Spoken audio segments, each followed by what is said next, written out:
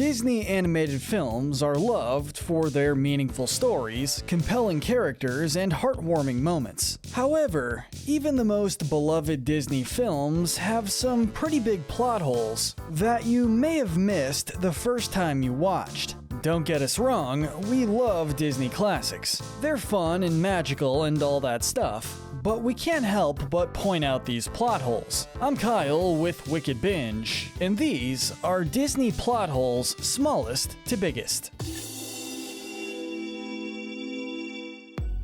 We'll be starting with the smallest plot hole and working our way down to the biggest. Starting with Tangled hair color change. As it featured Rapunzel's story in a funny and engaging way, it comes as no surprise that Tangled smashed the box office at the time of its release in 2010. However, a major plot hole that has always frustrated fans remains unexplained even to this day. Right from the beginning, we're told that Rapunzel's entire lock of hair will turn brown when cut. It's also established that she'll lose her magical powers if she doesn't have her golden blonde locks. But towards the end, when Flynn cuts off her hair, Rapunzel still has her healing powers internalized in her tears. So if she still has those powers within her, even after her hair is cut, should the hair color really change from golden to brown? Beauty and the Beast, Mrs. Potts' other children.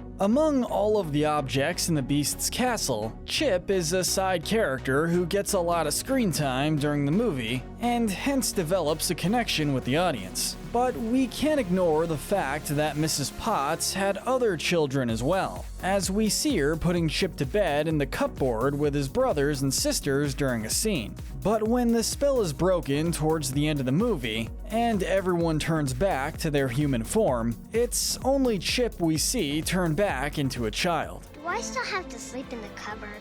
We never got to see the fate of the other teacups. Whether they turned back into humans after the spell was lifted, or stayed trapped as inanimate objects for the rest of time, it looks like we'll never know. The Lion King. Scar leaves Simba to the hyenas. The Lion King's original version is the highest-grossing traditionally animated film of all time, with an initial worldwide gross of $763 million, and it's also thought of as one of the best Disney movies ever made. That said, the movie did have some illogical details that are easy to go unnoticed. For instance, why does Scar leave the killing of Simba to a few incompetent hyenas? In order to become the next king, he puts an elaborate scheme to first kill his brother Mufasa, and then plans to kill Simba so that the prince doesn't take over the throne. So why does Scar leave the most important step, killing Simba, to the hyenas instead of doing it himself? I mean, Scar is alone with Simba right after his father's death, which would have been an ideal opportunity. If it weren't for you,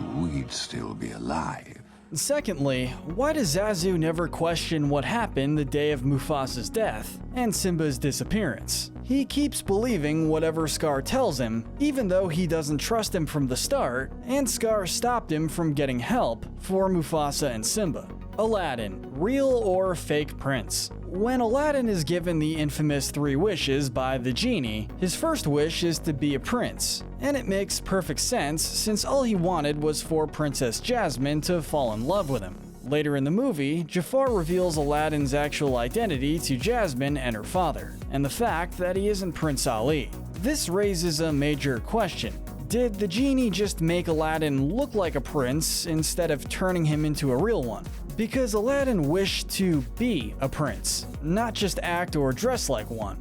Does this mean the genie's magic was a bit faulty? And for that matter, if he did really make him a prince, did he manifest a kingdom somewhere, since that's technically a requirement for being a prince? If that isn't the case, it sounds like he owes Aladdin a properly fulfilled wish. Aladdin, Jafar's magical staff. Perhaps Jafar could have been successful in getting rid of Prince Ali much sooner had he used his magical staff. In case you didn't notice, Jafar never needed the genie or his 3 wishes, since he could have simply used his hypnotic staff to make Jasmine fall in love with him, and instantly make everyone else obey him too, including Aladdin. The princess will marry me. Toy Story, Buzz's delusions. Perhaps one of the most commonly talked about plot holes in all of Pixar lore has to be with Buzz in Toy Story. He refuses to accept that he's a toy and that he isn't an actual space ranger on a mission to protect the galaxy from an evil Emperor Zurg. Buzz Lightyear, Space Ranger, Universe Protection Unit. But if Buzz is so adamant on this delusion of his, why would he freeze on the spot like other toys when Andy and other humans are around? It's safe to say that Buzz's actions and ideology simply don't add up, and although this isn't much of an issue for young kids or adults when they're suspending disbelief, it's certainly a plot hole that we've wondered about. Toy Story: Woody's memories. Upon watching the Toy Story trilogy, many Disney/Pixar fans have come across another glaring plot hole that's hard to ignore. In Toy Story 2, it's revealed that Woody is a collectible from a 1950s TV show and has clearly been around much longer than Andy has. Later on, in the third part of the film series, when Andy gives his toys to Bonnie, it's also established that Woody won't forget Andy after he's given to his new owner. So why does Woody not seem to remember any of his owners prior to Andy? And why doesn't he realize what time period he came from? Beauty and the Beast: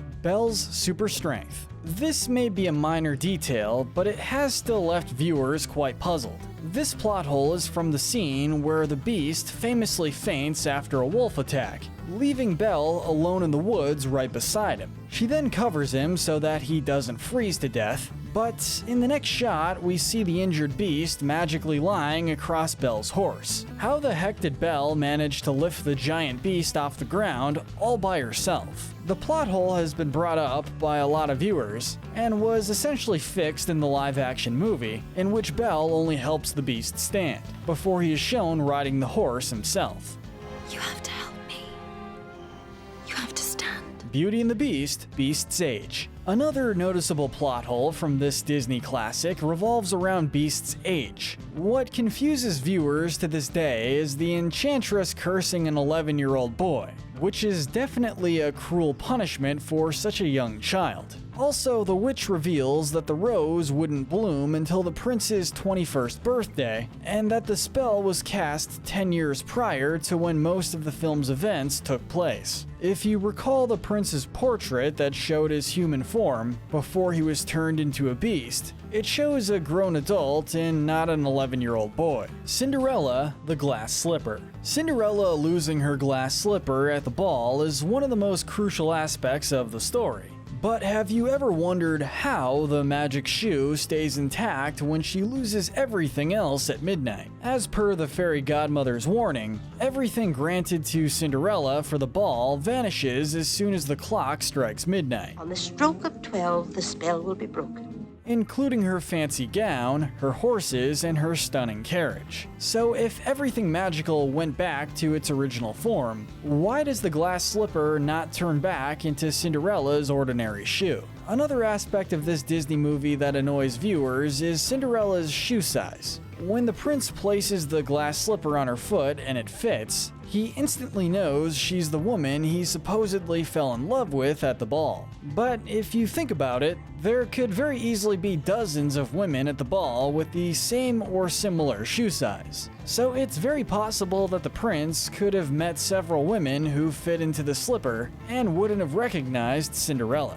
And finally, The Little Mermaid: Ariel's ability to write. Ariel's inability to speak when she meets Eric is among the most significant plot points in The Little Mermaid. She loses her voice as a result of Ursula's curse, and without any words to speak, Ariel finds it extremely hard to communicate with Prince Eric. However, let's not forget that she was perfectly capable of writing. Earlier in the movie, Ariel is shown signing a written contract with Ursula, which means that she could easily write out her thoughts to Eric, who could then read and respond. Also, it's difficult to imagine that the daughter of King Triton has never picked up a book, since she's obsessed with collecting human knickknacks. So the part where Ariel had to overcome this enormous communication hurdle to establish a relationship with Eric seems quite silly to say the least. But what do you think? Did we miss a major plot hole from the Disney universe? Let us know in the comments section below. Make sure to hit that notification bell and binge our Good to Evil playlist,